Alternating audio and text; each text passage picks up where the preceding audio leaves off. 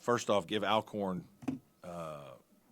kids a lot of credit. I thought they competed their tails off tonight and had some high-level shot making.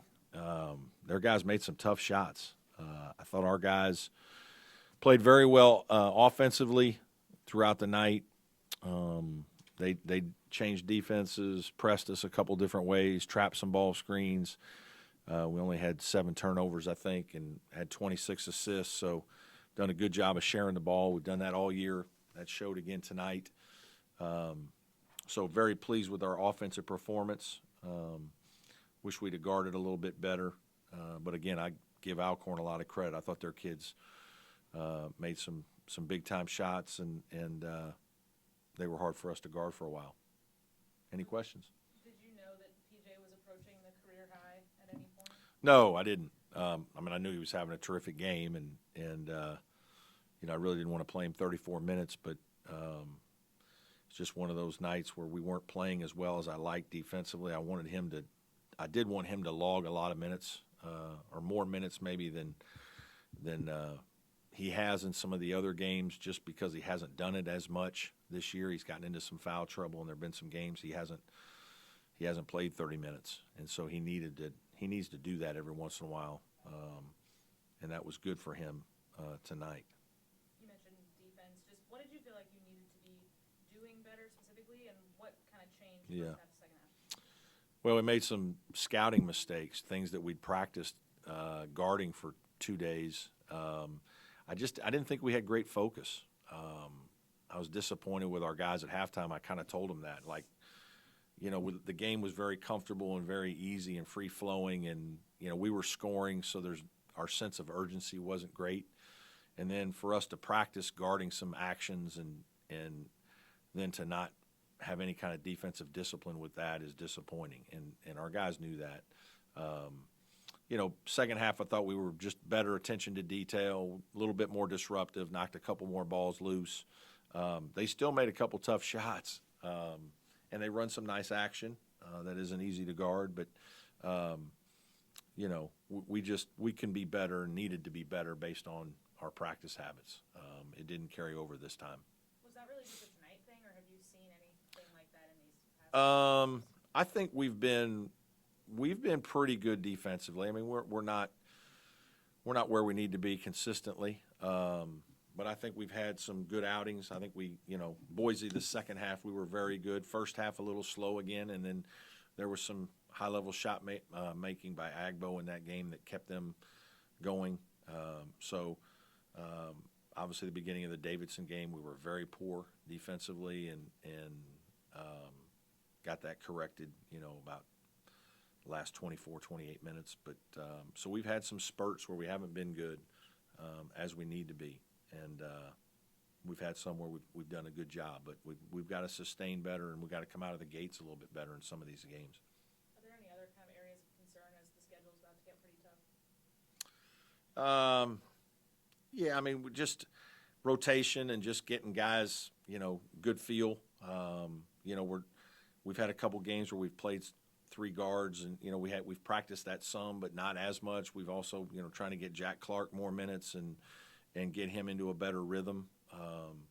Chauncey Wiggins, our bigger lineups. Some games has been productive, other games hasn't, when we've had to deal with kind of all these little small guards, and they almost play 4 small guards at times. So just working through that. So Alabama lost tonight against Ohio State. Okay. Can you talk about them? Yeah, I haven't studied Alabama at all. I know, Nate's done an unbelievable job with their program. They've got another very good team. College basketball is really hard right now for all of us. You're trying to figure your team out. I know he's got a bunch of transfers and new guys, but it's going to be a heck of a game, great environment. It's going to be a real challenge for us, our first true road game. I'm sure it'll be a difficult environment for us to compete in. Our guys will have to play with great poise and determination to win the game. You talked about Jack Clark's injury status a little bit before. Just how do you feel like he's progressing with that, and then also just generally in his play? He's progressing okay with the injury. It is sore occasionally, and so sensitive to that, and just trying to not overdo it. I think, it's better. I'm starting him the last couple times has been good for his psyche and just for our team to kind of move in that direction a little bit. Chauncey has given us some good minutes off the bench. I like that right now. But we got to get Jack coming. I mean, he was very good at the beginning of the second half at Boise. I thought he hit the glass for us. He did some nice things tonight. Didn't shoot it quite as well as he can, but he's coming. Anybody on Zoom have anything for Coach? Hey, Coach, Trevor from CUTigers.com. Yep. I think that career high for PJ makes him the leading scorer in the ACC, if I'm not mistaken, depending on another game today. But just how pleased are you just to have him healthy, unlike last year, and see him playing this way to start the season? Yeah, I mean, he's a terrific player, and I'm just happy because he's worked really hard at it, and he's worked hard at it for a couple years and hasn't. It's been challenging for him. He's had to deal with tremendous amounts of adversity, so he deserves this. And he comes in every day and puts the time in. He's done it, all off season again. He's had to rehab from several injuries, as we all know, and I'm really excited to see what he does this year. He's playing at a high level. This time last year, there's no way he could have played 30-plus minutes in a game. So I'm just happy for him. And 26 assists tonight, you have to love seeing your guys pass the ball the way they did.